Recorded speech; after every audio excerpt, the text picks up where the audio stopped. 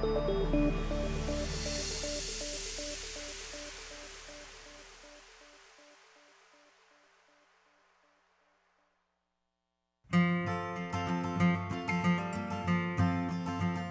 time I heard my song on the radio, I remember I was driving down the road and I had the windows down, and then all of a sudden it's like, and here's Miranda Lambert's White Liar, and it's like, doom, doom, doom, doom, doom, doom, doom. I had the little long intro. It's like, hey, White Liar. And I was just like, yeah. And I'm driving down, I was just like, my hair is blowing in the wind, and I was like, oh my God, this is so amazing. And then I got on the phone and started calling everybody, so. And then after that happened, I wanted to do it again, please. Another single. Hi, my name's Natalie Hemby. I'm from Nashville, Tennessee. I'm a songwriter here in Nashville. I've been a songwriter for 20 years. And I just want to let you know, radio, that you are so important in my life. You are part of my livelihood, and you help me, inspire me actually, to write better songs. Actually, it's a dream of mine to always have had a song on the radio. So the fact that you guys get behind us songwriters means the world to us. It helps us pay our bills, send our kids to school, all that good stuff. But it also helps fuel our creativity every day when we go into work. It means the world to us that you get behind us and you play our songs. And I just want to thank you for that, sincerely.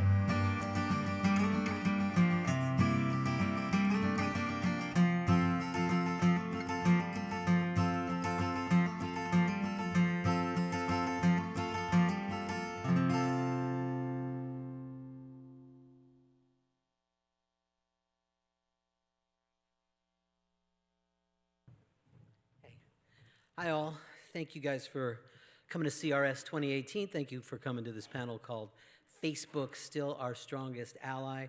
My name's Andy Denmark. I'm with the United Stations Radio Networks in New York, and I'm also here as a member of the CRB Board of Directors.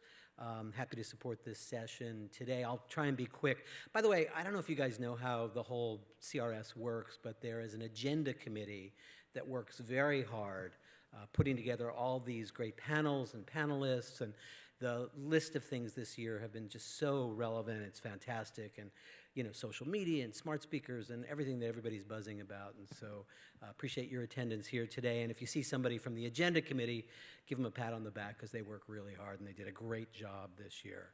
In terms of some other announcements, we are proud once again to have Bob Kingsley's Country Top 40 as a sponsor. Bob Kingsley's been a longtime supporter of the songs of country music and the songwriters who create them. He's again hosting his Acoustic Alley, and that features hit songwriters, and that's tonight in the Legends Ballroom. Additionally, Bob Kingsley's Country Top 40 is the official sponsor of the CRS 2018 attendee bags that were given out at registration, and the CRS Agenda Guide, the little printed version that helps you get around this year in addition to using the app. We'd like to thank Bob Kingsley's Country Top 40 for their commitment to country music and to their support of the CRS. We're also proud to have the Country Music Hall of Fame and Museum sponsor CRS again this year. Hope you took advantage of the time they provided yesterday to tour the museum galleries.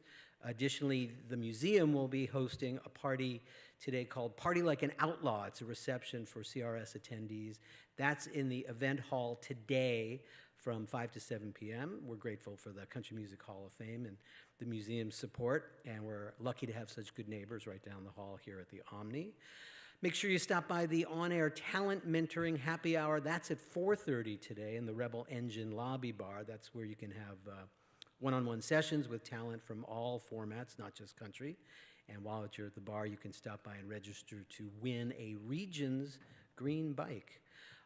Don't forget, I mentioned the app a moment ago. You can use the app to rate these sessions. You can give verbatim feedback on the app and have a chance to win registration for CRS 2019, which, if I'm not mistaken, is the 50th anniversary of CRS.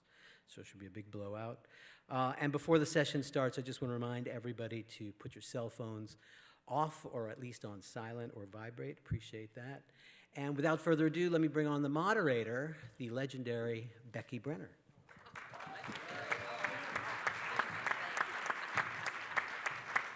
I don't know, does legendary make you old? Then I think I want to get rid of that moniker. So, we are short on time today, and we have so many things to cover, and we are so incredibly lucky to have this talented group with us today. So I'm going to make the introductions fairly short. There are longer bios in the app if you have the CRS app, but I think we want to get right to the discussion because we're going to try to really talk about the relevance of Facebook and Facebook Live for brands, and also make sure that you walk away with a few tips and tricks from some of these very talented people we have here. So we're going to start on this side. I'll introduce them quickly, and then we'll get right to the first question. Jeremy Hawley is the founding partner at FlightView. I did get you right. Yes, that's the right order. At FlightView, it's a Nashville-based marketing agency, and that was founded in 2015. It connects brands to consumers through compelling storytelling and unparalleled experiences and authentic power of music. His company has won very many awards, so you'll want to be sure you read up more on him because they've won Gold and Bronze Clio Awards, Best in Music Emmy Awards, Grammy Awards, Davie Awards, so we're very lucky to have him with us today. Next, we have Brian. Brian Moore is a social media strategist. He is a campaign engineer and producer. His clients include Garth Brooks, Trisha Yearwood, NBC Universal, Access Hollywood, BAFTA, and the United Nations, along with many others. And prior to starting his own business, he was the supervising producer for social media and entertainment tonight and The Insider. So welcome, Brian. Thank you. Ashley Alexander is the executive director for Guerrilla Marketing. I have to say it right.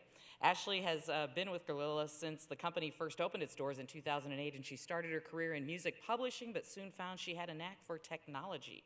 And with nearly 10 years of digital marketing experience under her belt, Ashley specializes in creating dynamic digital marketing strategies and measurable results for the clients. And then our final panelist today, saving the best for last, the ever-talented Mr. Fitz from Sun Broadcast Group, who has the Fitz Show, which is available Monday through Friday, and there is a change coming soon on the Fitz Show, so keep an eye out in the trades for that. Hit List Top 25 Countdown, also that is, by the way, the first ever Shazam Interactive Enabled Countdown. So that's a Shazam Enabled Interactive Countdown. I had to get him in the right order. And he also has the Nashville Minute, and very active on social media as well. I think to start out, because there has been so much talk about the relevance of Facebook, and so I'd like to get each of your opinions on, why Facebook and Facebook Live is still relevant for your brands and what you see in the different industries that you're working with. So let's go ahead and start. You want to start, Fitz? You look like you were ready to go. Oh yeah. I think Facebook is everything. I think we are no longer in an age of where things are word of mouth. Now it's world of mouth. I mean, if you look back a couple of years ago with the Egypt situation where Facebook single-handedly took down an Egyptian government. Look at all the events being organized today. Those are from the communities of Facebook. It's even so important to me, I even hired a full-time person on the show, and I named him Tanner the Millennial. There he is right there. But think about the day in radio when we used to do an appearance somewhere, and we would do an event, and if we had 20 people from 12 to 2 p.m., it was great. Now with a single post, depending on its content, those 20 people now turns into 17,182.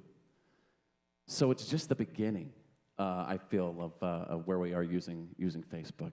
Yeah. Ashley? Oh, gosh. I don't know if I even remember the question. We're just talking about the relevance of Facebook and really kind of dispelling that myth that it's not as relevant anymore for marketing. And on the younger end, are they still active with Facebook? I mean, look, I'll take the approach of Facebook as an organization. I mean, I think they haven't stopped changing their platform and making it more relevant. So, I don't see it going away because they keep introducing new products and making it more competitive. I mean, if you take video, for example,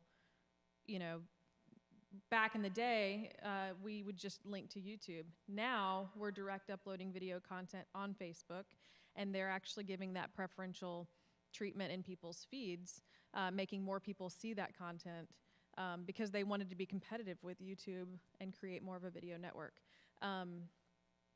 So, I mean, to me, they're the ones that just keep making these changes and keep introducing new stuff, and so I just think I don't see it ever not being relevant.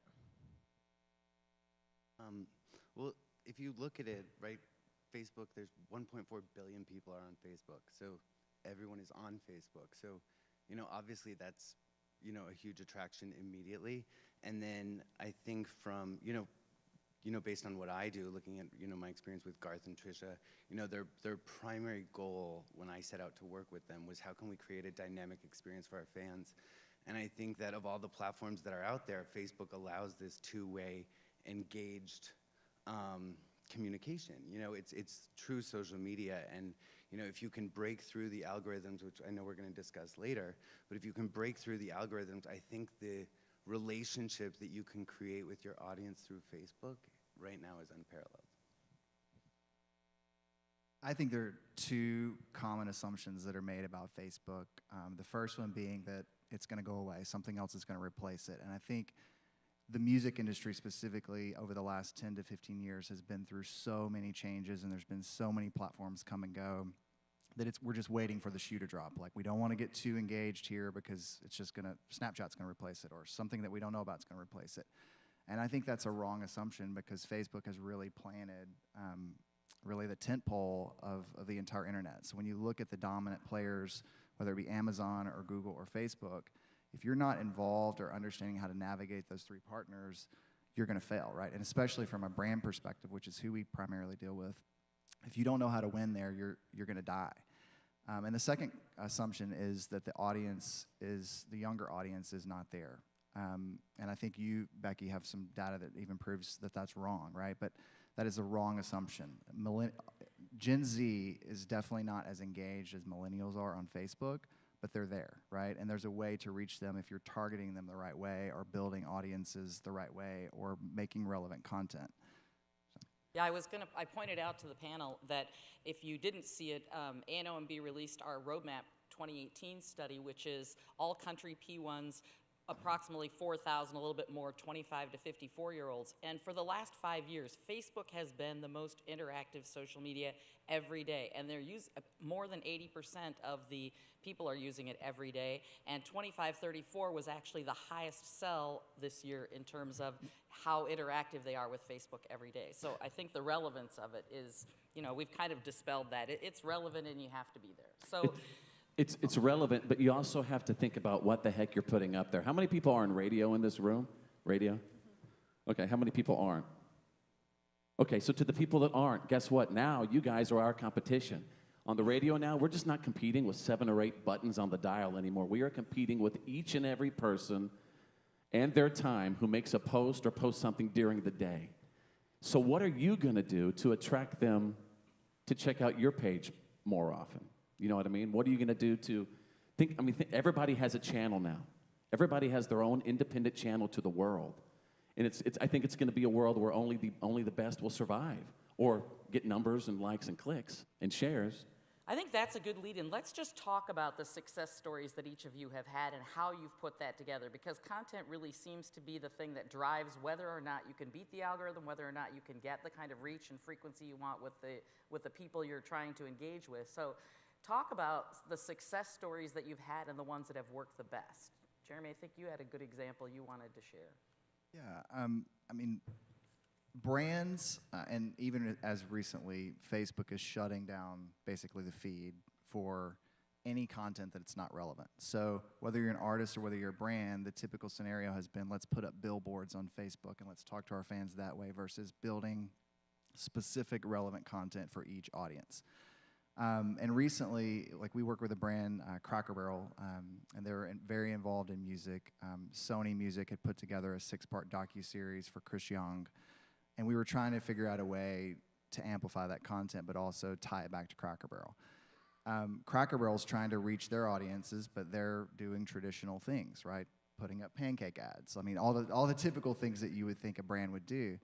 But to partner with Sony and Chris Young and build something that's relevant to the audience, to be able to cross-promote Chris Young's audiences with the Cracker Barrel audiences and build custom profiles that you can micro-target very specific ads. So you're going to talk to the Gen Z audience very different than you're going to talk to the millennial audience, very, very different than you're going to talk to the 55-plus audience. So we were able to leverage that content that was relevant do cross-posting across all of those assets, build targeted audiences, and we generated over 10 million views for Cracker Barrel and Chris Young. And that's more views than Chris Young would have gotten if he would have went to MTV or some other normal video channel. So that's a recent example of how brands actually paid for content that an artist was able to leverage against all of their audiences. So. And also, I think it's sometimes brands forget that outward focus is the most important thing.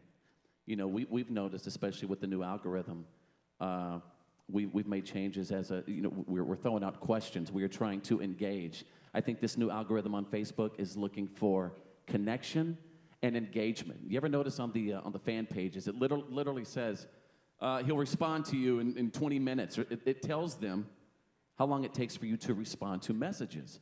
Facebook wants to know if you are serving your customer, and your customer wants to know if you're serving them. So again, I think connection and engagement and keeping it outward focus is key with this new Facebook algorithm. Yeah. Brian, I know both Trisha and Garth, under your tutelage, have had a lot of good luck with Facebook Live. Can you talk a little bit about how that's worked and some of the things you created for them and why it's so effective? Yeah, well, they both have regular Facebook Live shows. Garth has Inside Studio G on Mondays, and Trisha does T's Coffee Talk, which is Saturday mornings. And, you know, the numbers obviously are enormous, right? Garth, I think he's had over 100 million reach since he's started Studio G. What he's created, like the thing is, okay, I'll go back to the beginning, just when I started working with Garth, and he, at first he wanted to be so authentic, and he wanted to be really involved, and that's why Facebook Live was the perfect tool for him. He was literally the first celebrity that was on Facebook Live when it was still in beta. And he went on, and it enabled him to have this opportunity where he was with his fans at the same time, having genuine conversation, genuine interaction, and what it's resulted in is creating this ongoing community where people come and they meet up every Monday night, and they've been on journeys with him, creating his album. They've gone on journeys behind the scenes of the tour, and what we've seen is that it's grown. And talking about our young people on Facebook, I think it's if you create the content for them, they will come. Because if you look at the insights on Garth's page, he has many young people that are part of our Studio G. And then with Trisha, with T's Coffee Talk, it's a lead into her Food Network show on Saturday mornings, Trisha's Southern Kitchen. And they've seen it help viewership because it drives before the show. Everyone joins her for coffee and then watches the show. But the other thing that we've found is when Trisha did a partnership with Williams-Sonoma and she launched her cocktail mix, she had Summer in a Cup, which we launched the traditional way, publicity and social media, and then it was wildly successful, right? Then she launched Christmas in a Cup, and we launched it solely through her T's Coffee Talk channel on Facebook, and it was sold out across the country on day one in many stores. So I think that proves that if you create the relationship with your audience, they follow you and they're a part of it, but the thing is, it's not just going to your Facebook audience and asking them for something. It's going to them and saying, we want to bring you into our experience. And it also proves that consistency breeds content. Essentially what you're doing is, I was about to say. yeah, like on a weekly basis, he's literally setting up benchmarks where his audience knows at a given time that this is going to happen on your TV channel to the world, right? Mm-hmm. The importance of setting benchmarks, I think, on social media is also really important to get them to your page. I was just going to say, people know when to tune in, right? You're doing it consistently at the same time each week. But then there's people like me, or that may not plan to tune in every week, but because it is, one of those tools that is just what Facebook is kind of focusing on at the moment, right? They're all about live. It's just the second somebody logs in, if they're already liking those pages, it is just popping up in their feed first thing. So, I mean, you have somebody like Garth Brooks busy guy, you know, I mean, you're not going to have, I don't see somebody like Garth posting himself every day all the time. Don't print this, I didn't. But I didn't say this. every post he does is his, I have Okay, to say. fair.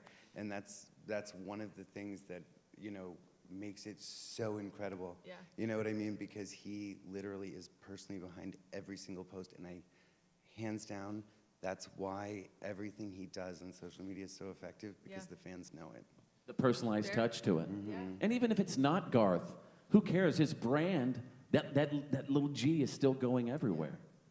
You know? But I'm just saying, like, for somebody like Garth, you get his, like, undivided attention once a week. Like, that's huge. Not to make this all about Garth, because Garth is a big deal. To echo what they're saying, Garth is authentic, right? So we partnered the state of Tennessee with Garth to do this big 7 Diamond campaign where we shot content of, like, there was 7-part series of how he like played the Pyramid for the first time, and how he played Bristol for the first time, and the first time he played the Bluebird, and we brought him back to the Bluebird for the first time in many, many years to surprise songwriters.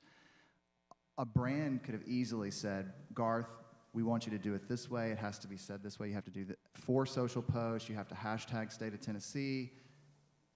It wasn't that at all. Garth and Brian were very involved. They said, what can we do to make this authentic? We scheduled the Bluebird surprise on a Monday night around Live Studio G. We shot him in the car from his house all the way to the Bluebird, walking in the Bluebird. And that's something that fans got to experience with him. And he made them feel they were a part of it. And that is the power of Facebook. And you've got to move away from the thought that it's a billboard and move into, how am I making somebody feel like they're a part of this, or make them want to respond or engage or share or have a conversation. Well, go ahead. Sorry, I just wanted to jump in, because the other thing especially that I think is so relevant and pertinent to this room is that when you create something like this, like Garth and Trisha have created, you can bring everything in your world into it. Do you know what I mean? It's not just about Facebook Live, but it's like Garth's been able to tie in country radio into Studio G. Do you know what I mean? A lot of the radio stations here, you know what I mean, have played an active role in each week getting their listeners to create Ask Garth questions that Garth answered. So it's creating this 360 experience between everyone, and that's why it's social media, you know? And it does make it easy when you're Garth, right? But the other end of people with regular fan pages, a lot of radio people, we're asking ourselves, well, how are we going to get these numbers? How are we going to reach engagement? And you know what, folks? Every once in a while, it might suck, but I call it BYOB, build your own brand. You know what? Sometimes you might have to throw a couple of bucks and do a little boost. Do it. If it's going to get it out there, if it's going to build your brand, when you don't have the power of Garth, how much do you believe in yourself to spend $50 and boost a post that you think is brilliant content and you want every single program director in the world to see and hear? It's worth it. Invest in it.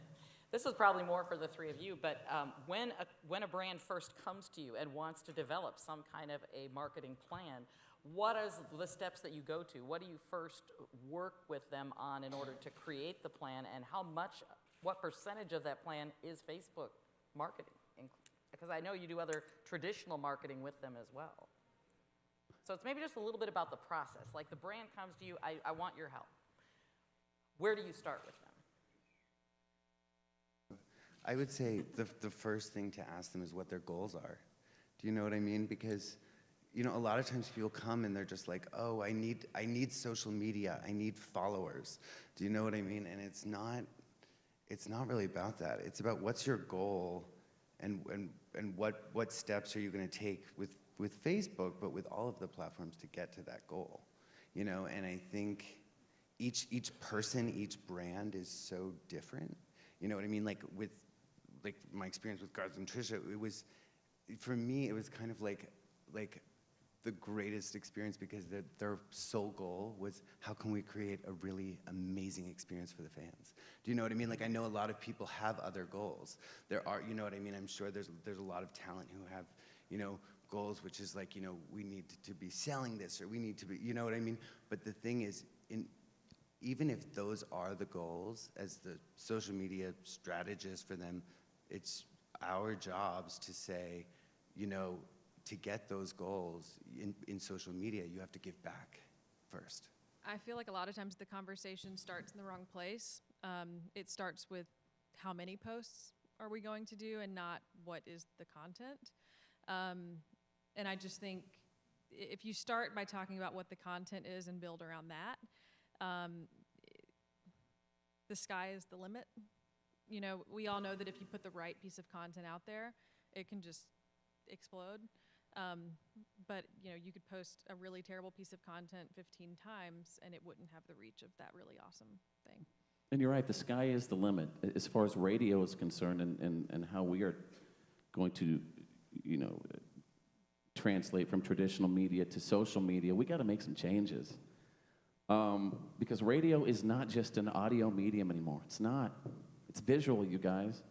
It's absolutely visual.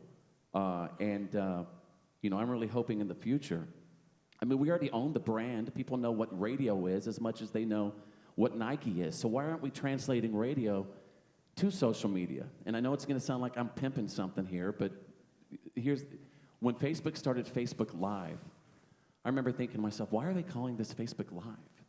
When you're going live on social media, what are you doing? I go, oh my God, you're face casting. It's a face cast, right? TM, by the way, I own it. I really do. But with that, why aren't we, as far as getting, you know, revenue right now in 2018, why aren't we doing these face casts live on the radio station, social media, and that way PDs, your music isn't even interrupted on your frequency, because you are getting exposure on your radio station's Facebook page, and you're doing a quick face cast from X particular event, and you're charging X this amount of money to get this exposure on your social media fan page. And so I just think it's time to make this medium visual. It's our job to keep it relevant, and we can keep it radio as relevant as we want to be. We own that brand. But we've got to convert it. If people have actually taken the time to go to your station's Facebook page to hit like, then what are we doing for them besides posting new information about Tim McGraw? We should be delivering a daily, whatever you want to call it. Mine's going to be a face cast to those people who actually took the time to go to your page and hit like. And we should ask ourselves, what have we done for them lately? How are you connecting with them? I think what you're going to hear us all say is what this is it's not about like going to a cocktail party with a script, right? Social is about conversation. And if you don't know what conversation you're even wanting to have, to Brian's point, like we start with what is your story? Who do you want to tell that story to? Because a lot of times they don't know. They were like, we want to reach everyone. And it's like, you can't reach everybody with the same message. So like you have to speak different languages to different groups of people. And then who are your storytellers? So in the case of Tennessee, it was Garth. In the case of Cracker Barrel, it was Chris Young. It could be, in the case of Converse, it's Baby Ariel, who's a big Musical.ly star. Who are your storytellers that have relevant audiences, that have a relevancy to your story or brand? And then, like, how are you gauging results? Do you even know what you're trying to accomplish? What does success look like for you? Is it awareness? Is it engagement? Is it impressions? Is it followers? If it's followers, it's probably the wrong thing, because the game, that game ended 5, 6, 10 years ago. So I think for us, it's like, figure out what you're trying to communicate and figure out who you're trying to communicate to, and be very specific about it. Donald Trump won the election because of Facebook. You can argue that in a lot of different ways, but he targeted so many specific audiences in so many different ways, hundreds of thousands of messages. How important, Propaganda. Fake. How important is it when you're putting partnerships together to really know the core values of each of the brands and match those up? I mean, have you had situations where you said, oh, this probably doesn't work, I didn't match the core values here, this is going to be content that doesn't fit that brand? I would assume that's a fail if that happens. I mean, I think we've all seen brands that have tried to communicate with their audience much like any millennial would. Like, even the language that they use, and I'm trying to think of an example, but nothing's coming to mind. But where you just see a brand post something and you just like cringe, and you're just like, oh, they missed the nail. Like, it's, you know. So I think that's honestly one of the most important things, is finding kind of the storyteller and matching that to the brand. Otherwise, it's just, You made a comment about the concern about youth and if they're going to continue to use Facebook. If they're not, I mean, I know this is a Facebook session and stuff, but I mean, are we reaching them with our brands and our radio stations on Twitter, Instagram, and Snapchat? What are we doing? What are we doing with those forms of social media to connect with those younger audiences? What are we doing to pull them to radio? You know what I mean? It's our job to make things relevant again. And if we want to get the youth, John Lennon said it best. If you listen to the youth, that's what's relevant. The youth will tell you what they want. I know this is a panel about Facebook, but I mean, Facebook owns Instagram. What did Instagram do when they saw Snapchat creeping up on them? Right. They created stories, which is the same thing as Snapchat. And you know, really in the research I was talking about, all of the other platforms that you just mentioned are in the low to high teens, depending on which platform you're talking about, in terms of interaction. So it's so much smaller than the interaction on Facebook. It doesn't have the same impact. But when you're absolutely right. As far as like the primary, would you say country demos? Yes, exactly. Right. Yeah. But if we're talking about the concern of the youth, then we better go where the heck they are. Yeah. Bring new people in. Yeah. And I think the other thing is, especially now with the big concern about the Facebook algorithm changes, which we're also going to see start affecting Instagram. I think the thing is to, people are building these audiences on Facebook, but what you also need to do is be able to harness that audience and maintain them in other places. So Facebook cannot be your only method of social media. Do you know what I mean? You really need to have an approach where you're using all platforms, and then also try to figure out a way where you can tap into your audience at any time, because it's, you were talking about the 17,000 people following the Facebook page, but when you post, you don't reach the 17,000, and that's the problem. So, it's a way of creating great content, so that throughout your content, you're reaching those people, and then figuring out, how can we take these people and harness that somewhere off of Facebook as well? I know this is Facebook as the power, and I think it is, but I think it's equally important for all of us to be aware of how we can harness that audience overall. Does anyone in the audience have any questions? Feel free to raise your hand. I'll try to notice people. It's a little bit bright up here, but let's start down here. Do we have microphones out there? I don't see any in the aisleways, and they're probably recording everything. No, here. Well, all right, Fitz, you be the official microphone person. So let's talk about the algorithm for a second. So we found a couple of things that have happened with us. Is we got lucky with things going viral, which is great. Video, 56 million views. A meme we made 30 million total reach on it. The US 1061 page is anywhere from 3 million to 15 million is the reach every week. The problem is that we're having with that is that it's pigeonholing some of those people based on that particular content. And so now, because someone has translated my meme in Russian, I am now this awesome thing in Moscow. And so when we go live just a minute ago, I've got Serbia and Croatia and everyone else wanting to know where are we at and who is Chris Stapleton. So how do we go back and how do we combat that algorithm where they're saying, oh, okay, wait a minute, everybody in Moscow really loves Chris Stapleton, when that's really not what's happening. I mean, not that people in Moscow don't like Chris Stapleton, but I'm saying, how do we get back? Do we counteract the content that went viral by posting something that's opposite to try to get back to our core? If you're getting more engagement from Moscow, Right. Or in other states, maybe it's California, maybe it's, that's outside of our demo, and we say that. So how do we take that algorithm and turn it back so that's back in our favor for the brands and for our especially for local radio? Are you doing targeted promotion behind those videos to get them boosted? It's all.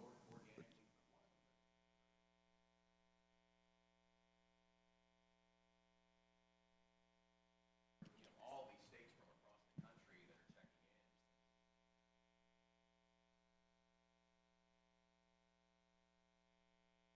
A lot of advertisers that we're selling these posts to, we're selling, hey, you want us to come and do a Facebook Live podcast? That's awesome, but when people are checking it out of state that aren't relevant to those advertisers, how do I monetize it that way when I'm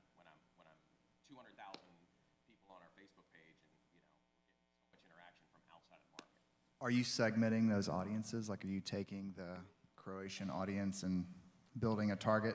Yeah, no, we're pulling them away. Yeah, Got it. we're trying to push away from it as much as possible. When I say that, it's a very, very tiny little percentage of the page.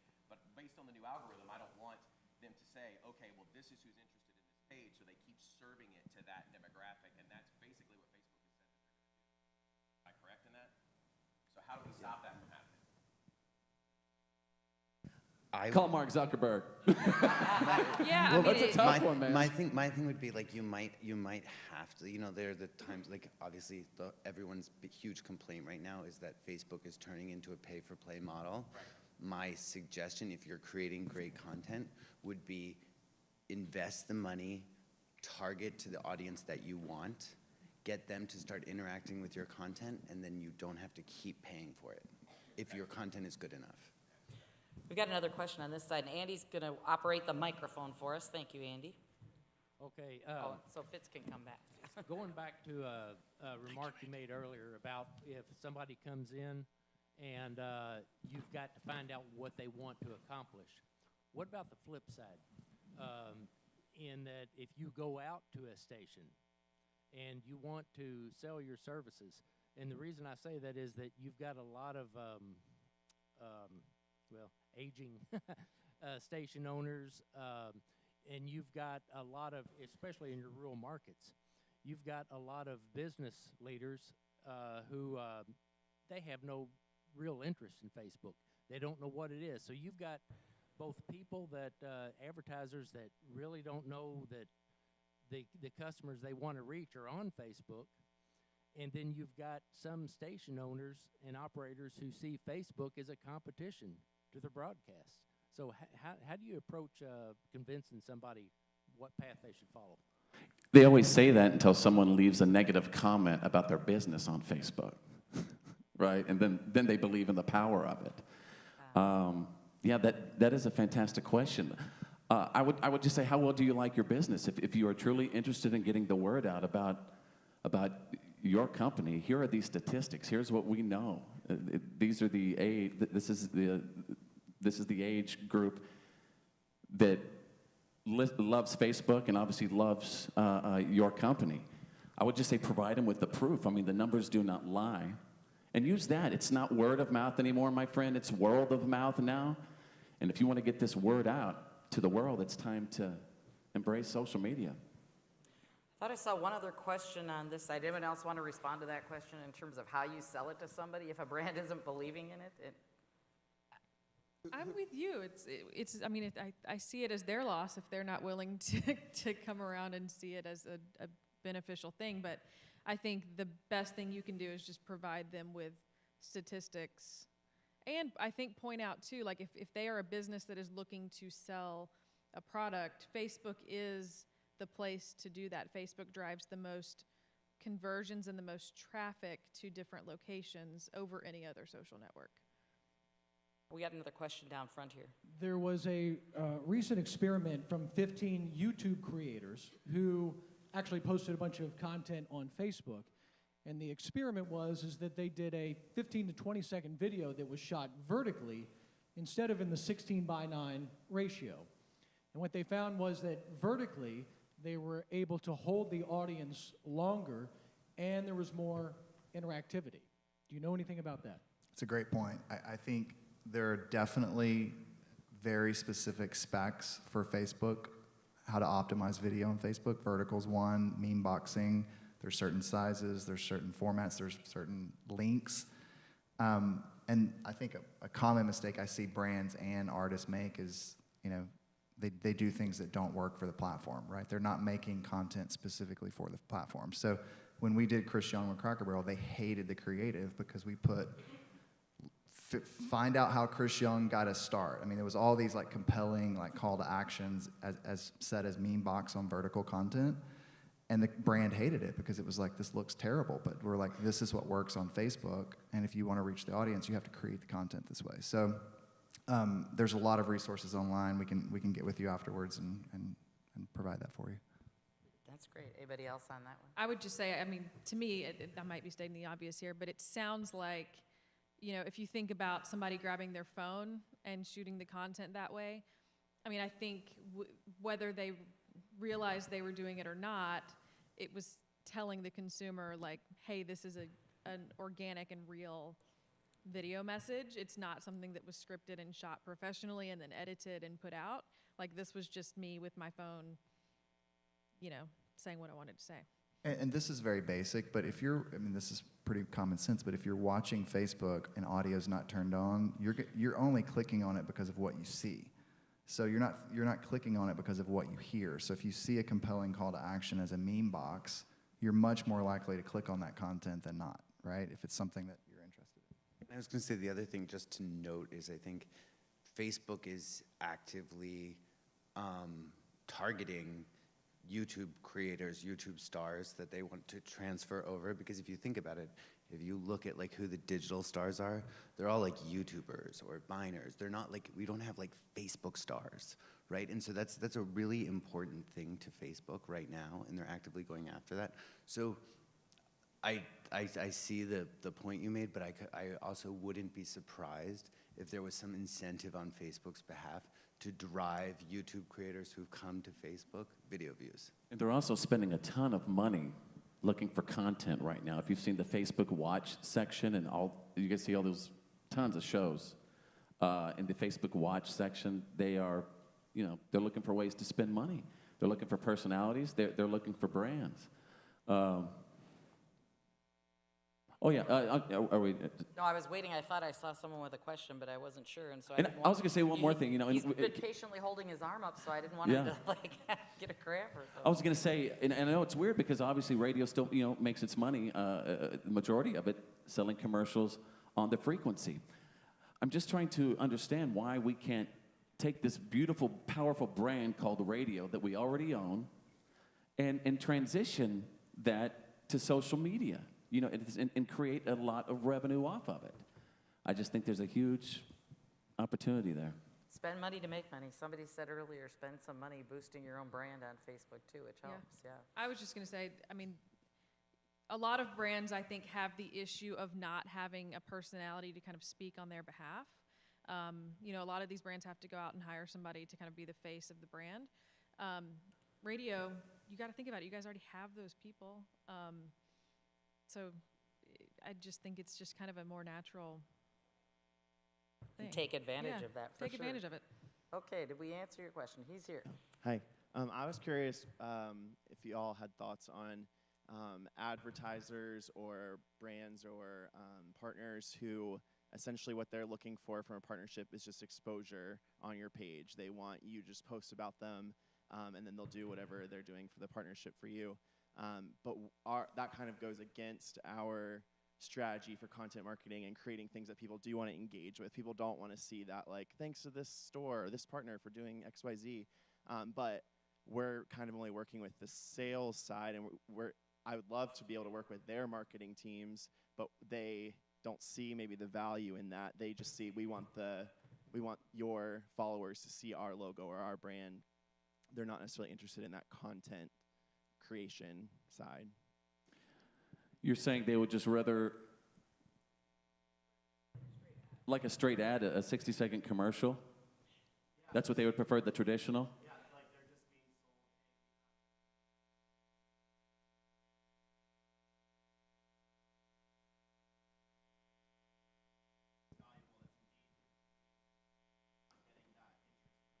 sold. Perfect example. I endorse this company called, it's Man Crate, right? So what they really do, guys, check it out. You get this. We send them to people all the time. Like they're amazing. Yes, Man Crate. So you get this huge crate to the house, and so I'm like, you guys aren't doing anything on social media for Man Crate? You got to film me opening this crate because they send a crowbar with it.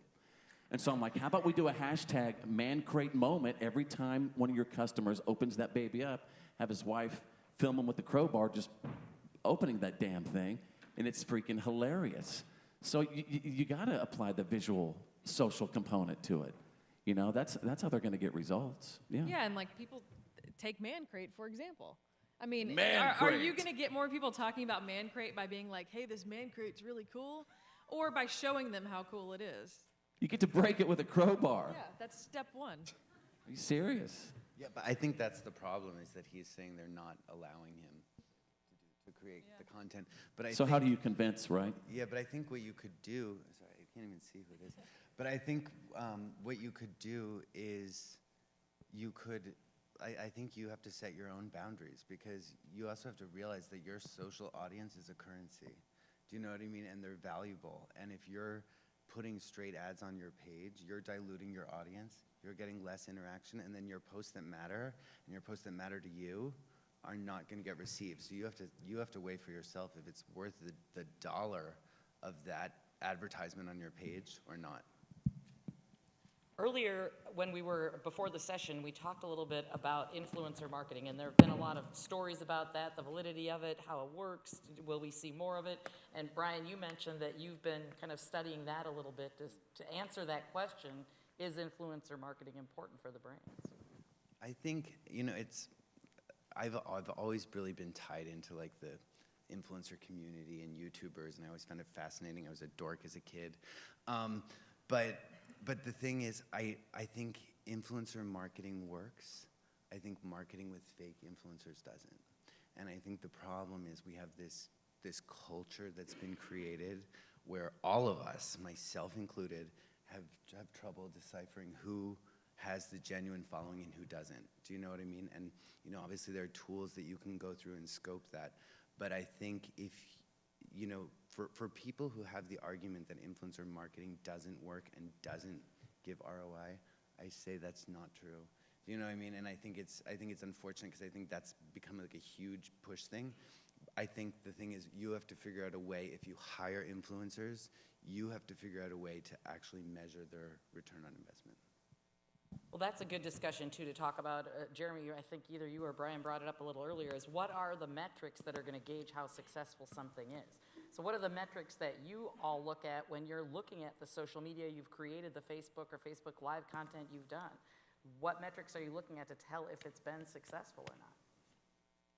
I mean, it could be as complicated. If you think about the sales funnel, it could be as complicated as you're converting it to a sale, right? Most brands want sales, or they want something very tangible. And when you're looking at the top of the funnel, you're a long way from that, right?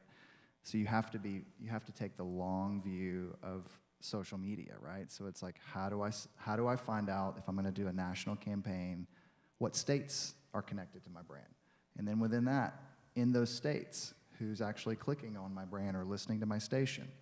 And you just keep drilling down, and you keep reserving them different content to the point where it's like, hey, you should come by my event, or you should buy these tickets, or you should do something very specific. And that's where I think a lot of that happens off of Facebook. But once you're down to that small level of detail in the sales funnel, you can make that ask. But it may take you weeks or months to get there. And if you're not investing time or money into the platform, you're never going to get there. And I think that's what I would stress more than anything in this panel. Organic reach on Facebook does not exist without paid. Boom. Preach. So if you are not willing to invest dollars in Facebook, you should not be on Facebook. That's my opinion. I mean, it's right. I mean, I know I keep on saying BYOB, but I live by that. I mean, if you don't build it, unless you have an amazing, and they are out there, by the way, unless you have an amazing company who wants to market and brand you, it's up to you. You want to build your own brand, you better build it by yourself and commit the time to doing it. Any other metrics that we didn't talk about, Brian or Ashley, that you look at, other than the ones that Jeremy's brought up? I guess I always use the metrics as like, client goals. Do you know what I mean? Am I reaching those? And,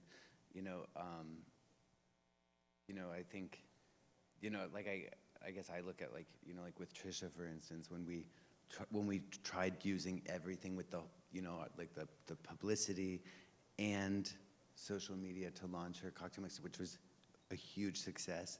Do you know what I mean? But then to see that, oh my gosh, with just social media, when we launched the second cocktail, she was still able to sell out everywhere. I was like, it worked. Do you know what I mean? So it's like, you have to really look real life. Do you know what I mean? It's like these impressions and these things, like, your social media agencies will serve out, right? Like impressions and all of this stuff, which is these millions and billion numbers. Do you know what I mean? But at the end of the day, are more people tuning into your radio station? You know, are more people sharing your content? You know what I mean? I would really look at those numbers. Very good. Well, thank you all. We're out of time, but we really appreciate it. Let's have a big round of applause for the wonderful panel. Thank you guys very much.